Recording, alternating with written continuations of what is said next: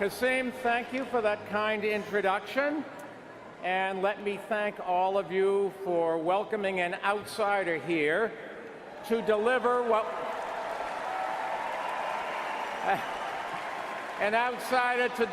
will be an unconventional convention speech. Now, I am not here as a member of any party or to endorse any party platform. I am here for one reason: to explain why I believe it is imperative that we elect Hillary Clinton as the next president of the United States.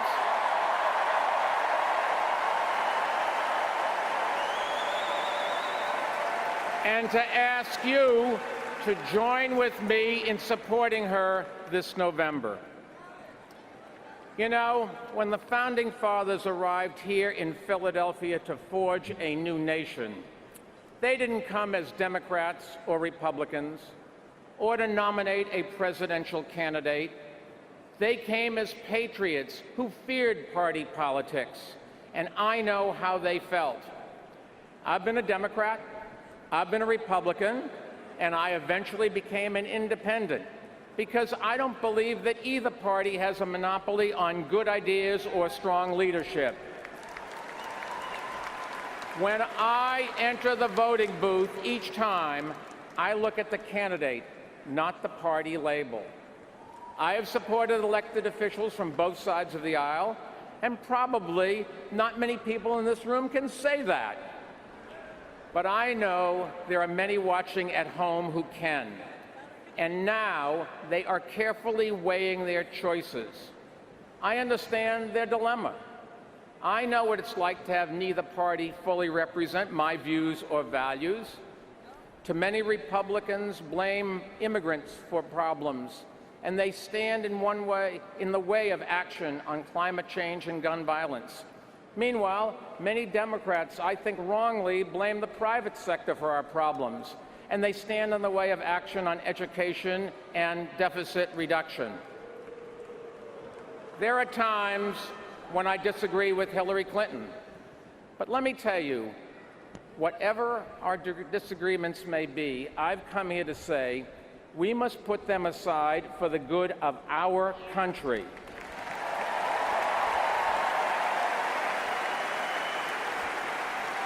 And we must unite around the candidate who can defeat a dangerous demagogue.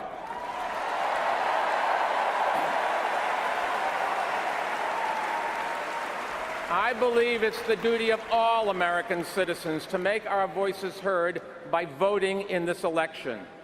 And if you're not yet registered to vote, go online and do it now. This is just too important to sit out. Now, we've heard a lot of talk in this campaign about needing a leader who understands business. I couldn't agree more. I built a business, and I didn't start it with $1 million check from my father.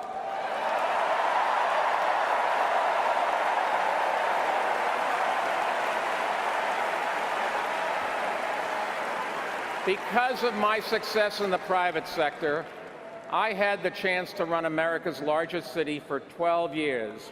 Governing in the wake of its greatest tragedy. Today, as an independent and an entrepreneur and a former mayor, I believe we need a president who is a problem solver, not a bomb thrower.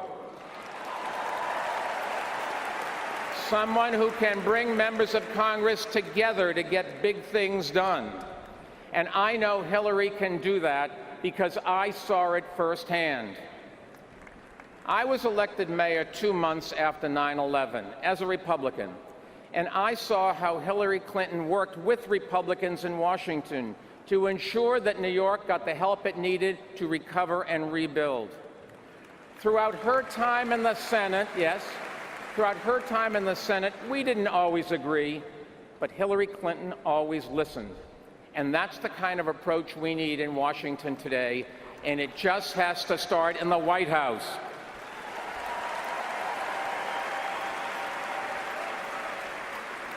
Given my background, I've often encouraged business leaders to run for office because many of them share the same pragmatic approach to building consensus. but not all. Most of us who have created a business know that we're only as good as the way our employees, clients, and partners view us. Most of us don't pretend that we're smart enough to make every decision by ourselves. And most of us who have our names on the door know that we are only as good as our word, but not Donald Trump.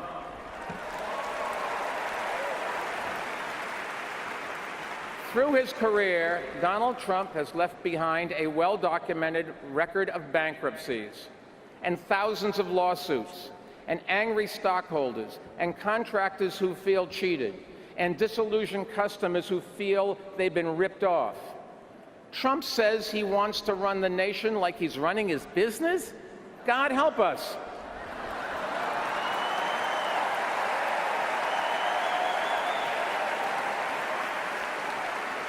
I'm a New Yorker, and I know a con when I see one.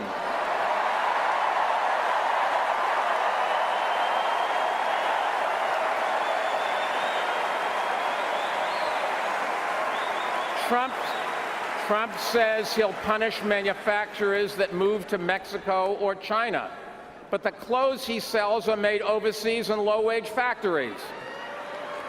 He says he wants to put Americans back to work, but he games the U.S.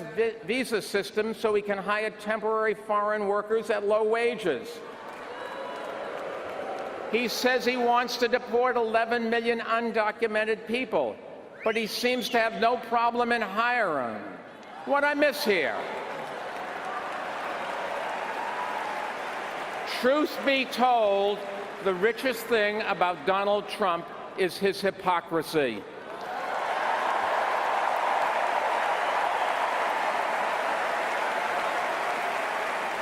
He wants you to believe that we can solve our biggest problems by deporting Mexicans and shutting out Muslims. He wants you to believe that erecting trade barriers will bring back good jobs. He's wrong on both counts.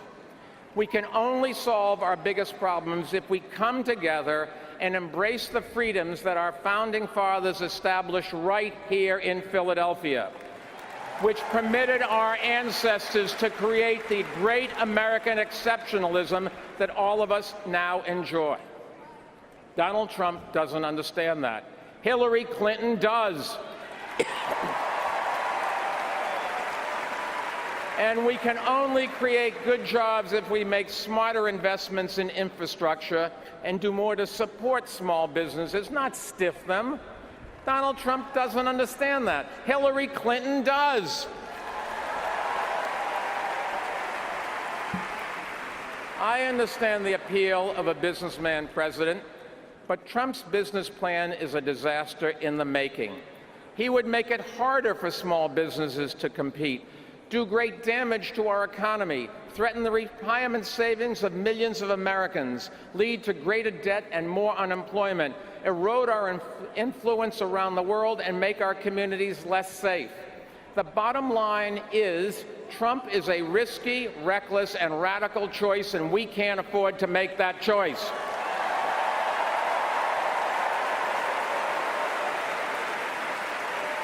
Now, I know Hillary Clinton is not flawless. No candidate is. But she is the right choice and the responsible choice in this election. And no matter what you may think about her politics or her record, Hillary Clinton understands that this is not reality television. This is reality.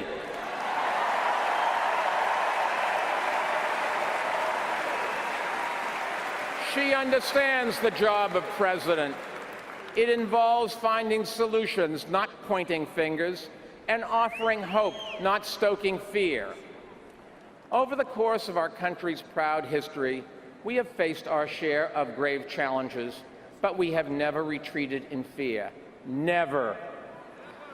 Not here in Philadelphia in 1776, not here at Gettysburg in 1863, not through 2 world wars and a Great Depression, not at Selma or Stonewall, and not after 9/11. And we must not start now.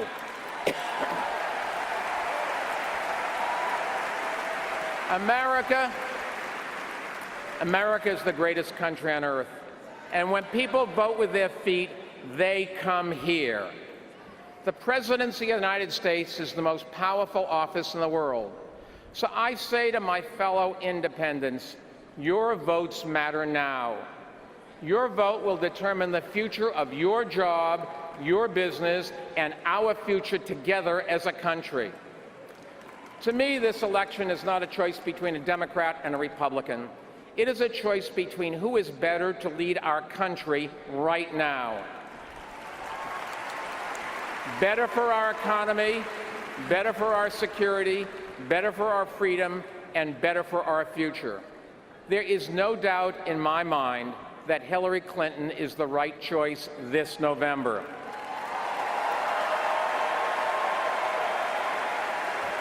So tonight, as an independent, I am asking you to join with me, not out of party loyalty, but out of love of country.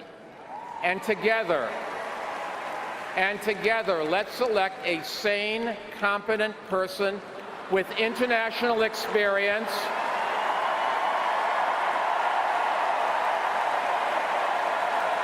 a unifier who is mature enough to reach out for advice, to build consensus, and to recognize that we all have something to contribute. So let's elect Hillary Clinton as the next president of the greatest country in the world, the United States of America. Thank you.